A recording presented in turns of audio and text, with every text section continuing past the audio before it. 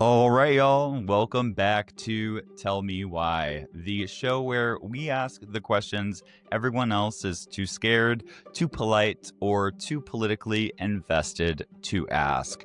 I'm your host, Cole Sparks, your friendly neighborhood, emotionally driven intellect, comedic chaos agent, and apparently the only gay independent who reads casualty reports for fun. Today we're diving into something heavy, something real, something that the world has gotten a little too comfortable ignoring, and that is the war in Gaza. Where it came from, what it is, and why the hell everyone is pretending like it isn't a full-scale catastrophe. Take a deep breath, because we're going in. You know when a headline tries so hard to be neutral that it accidentally becomes comedy? I stumbled across a headline here recently that said, "How many Palestinians has Israel's Gaza defense killed?" Defense? My brother in Christ, they dropped 67,000 bodies, almost a third in which were under the age of 18. That's not defense. That's aggressive real estate acquisition by missile. And the wildest part is this war started 2 years ago. It's not a weekend special.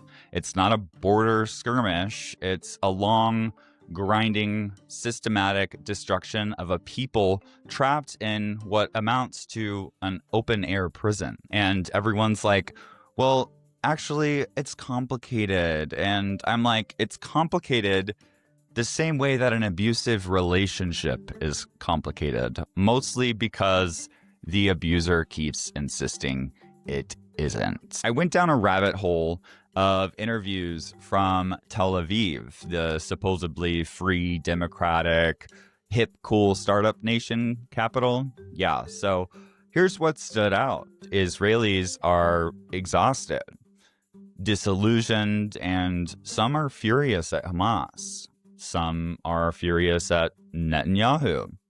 And some straight up said the words are genocide, like claiming it. And then you've got these anti-government protests popping up weekly because half the country thinks that their government is corrupt, dangerous, and hell-bent on dragging them into an endless cycle of death.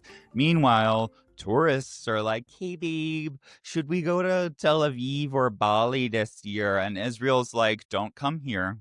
We're busy processing existential dread. Let's talk Hamas, because people throw that word around the same way that Americans throw around the word Antifa.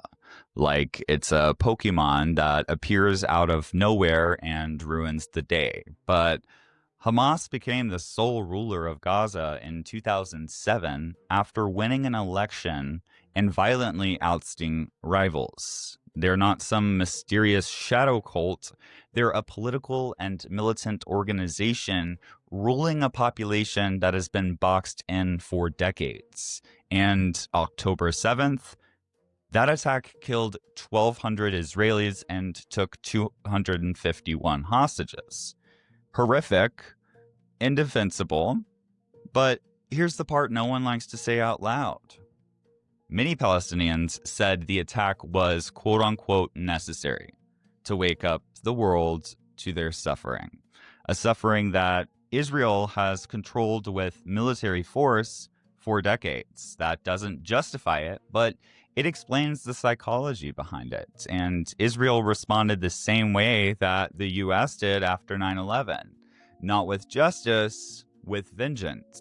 Now, let's talk 9/11 parallels, because once you see them, you can't unsee them. After 9/11, 2,976 Americans died. The U.S. killed 940,000 people from 2001 to 2023. Out of that 940,000 people, 432,000 were civilians, and we hit Iraq, Afghanistan, Syria, Yemen, Pakistan, some of which weren't even involved.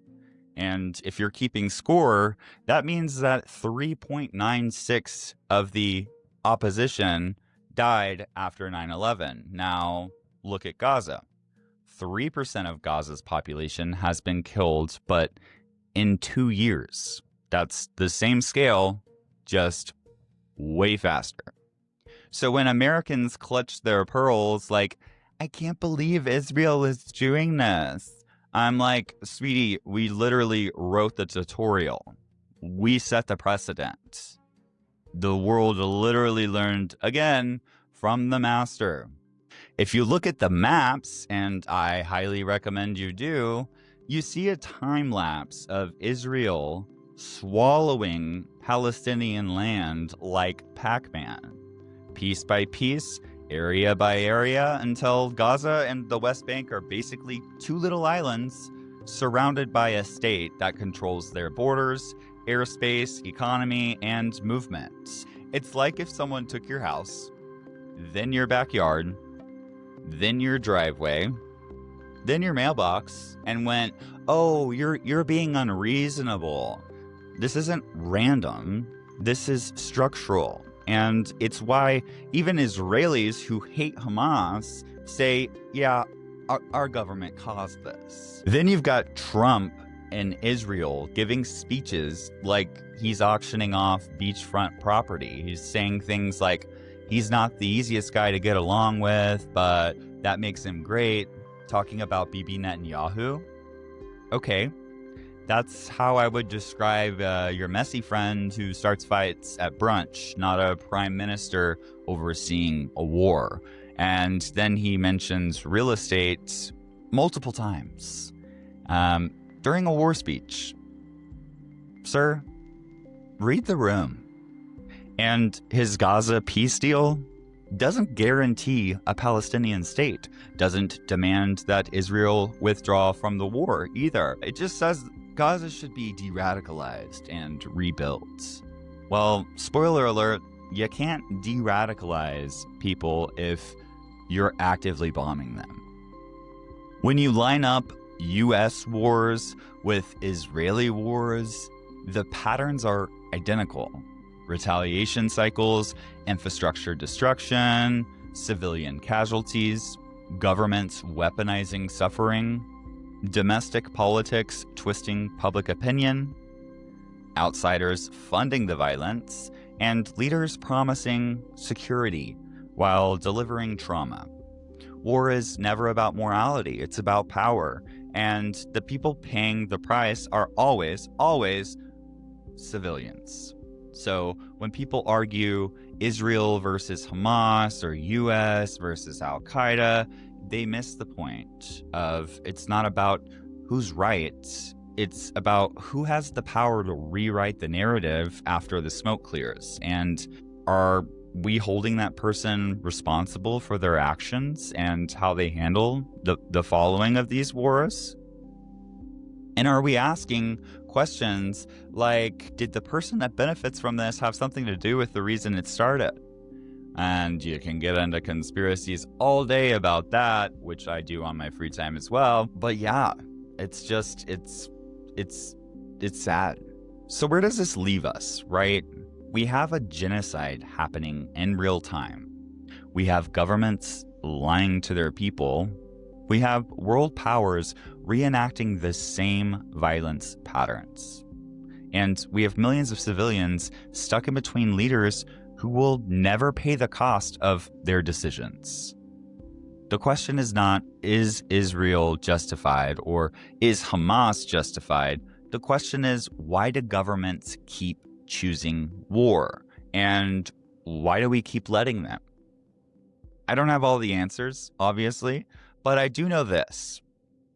Once you understand the pattern, you stop falling for the performance. Once you understand the pattern, you stop falling for the performance.